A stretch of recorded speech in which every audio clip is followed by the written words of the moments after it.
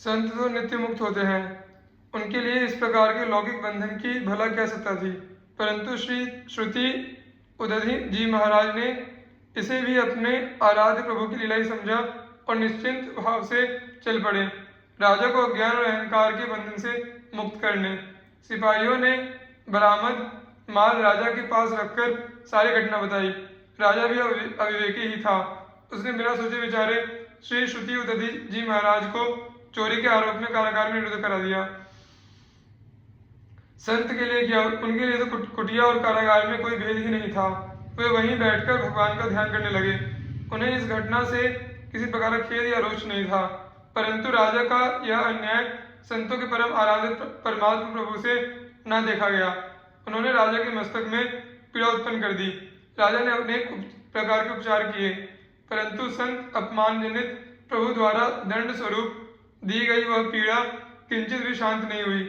तब प्रभु प्रेरणा से किसी मंत्री ने राजा को सलाह दी कि महाराज, जिसे चोर समझकर आपने कारागार में बंद करा दिया है, वे कोई चोर नहीं बल्कि परम तपस्वी भगवत भक्त संत हैं।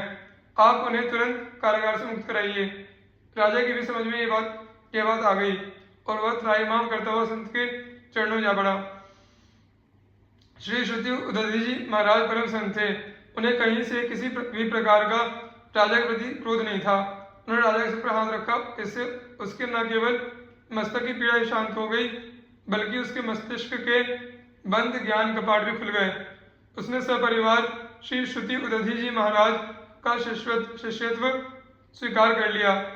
इस प्रकार श्री श्रुति उदधि जी महाराज ने अनेक भगवत विमुख जनों को प्रभु भक्ति का उपदेश दे उन्हें भगवत सम्मुख किया, उनका परम कल्याण साधन किया। श्री लालाचार्य जी को मालाधारी मृतक भयो सरिता में आयो, दाह कृत्य ज्यो बंधु न्योति सब कुटुंब बुलायो, नाम सकोचहि विप्र तबहि हरिपुर जन आए, जेवत देखे सबनि जात काहू नहीं पाए, लालाचार्य लक्ष धा पचुर भई महिमा जगति, श्री आचार्य जामात की कथा सुनत हरि होई रति। श्री रामानुजाचार्य जी के दामाद श्री लालाचार्य जी की कथा सुनते ही भगवान में विशेष प्रीति होती है। एक बार कोई तुलसी कंठी धारण किए हुए मृत शरीर नदी में बहता हुआ आया। श्री लालाचार्य जी ने उसे निकालकर उसका अपने भाई के समान दाह संस्कार किया। 13वें दिन भोजन के लिए ब्राह्मणों को तथा कुटुंबियों को निमंत्रण देकर बुलवाया। अज्ञात शव का भंडारा जानकर ब्राह्मण लोग नाक भौं सिकोड़ने लगे और भोजन करने कोई नहीं आया। तब वैकुंठ धाम से भगवान के पार्षद आए, जिन्हें भोजन करते हुए तो सभी लोगों ने देखा, परंतु जाते समय वे आकाश मार्ग से चले गए, किसी को मिले नहीं, उन्हें कोई न देख पाया।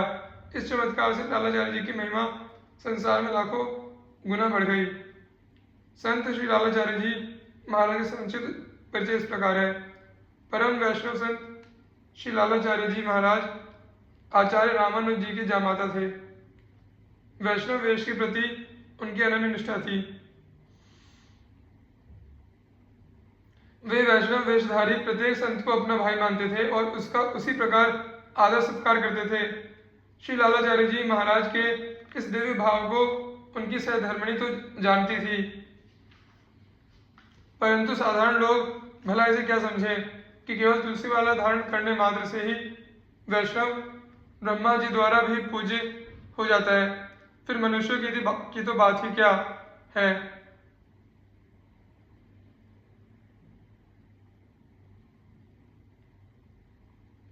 माला धारक मात्रोपि वैष्णवो भक्ति वर्जितः, पूजनीय प्रयत्नेन ब्रह्मणा किन्नु मानुषः है।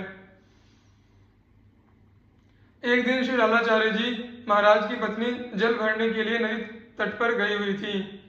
उनके साथ उनकी कुछ सहेलियां भी थी, जो श्री लालाचार्य जी की वैष्णव निष्ठा के कारण उनका मजाक उड़ाया करती थी।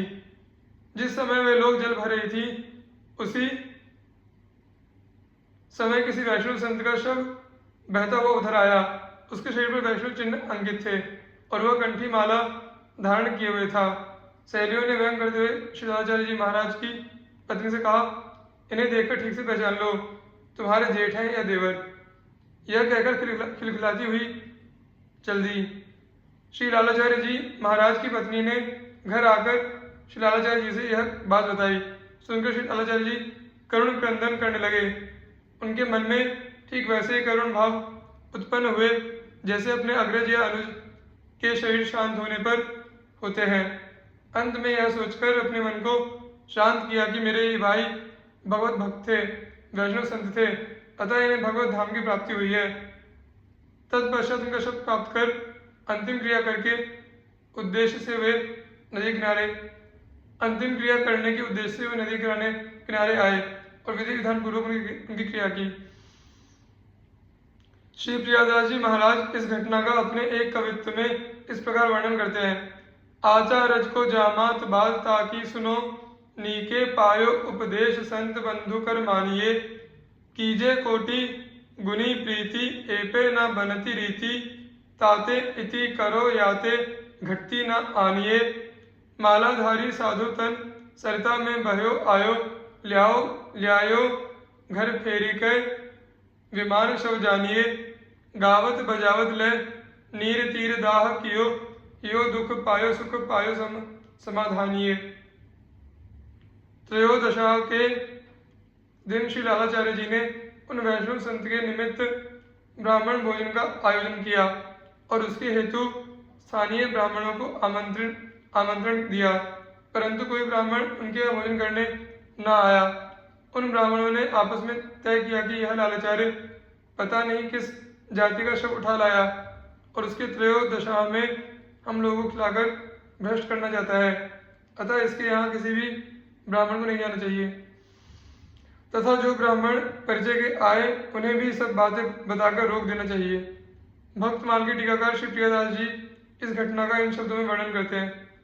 कियो सो महोत्सो ज्ञाति विप्रन को, न्योतो दियो लियो आए नाही, कियो शंका दुखदाइये, भय इक ठौर माया कीने सब बोरे, कछु कहें बात और मरी देह बही आइये, याते नहीं खात वाकी जानत न जाति पाती, बड़ो उत्पात घर ल्याई जाई दाहिए, मग अवलोकी उत पर्यो सुनि शोक हिये, जिये आई पूछे गुरु कैसे के निभाइए।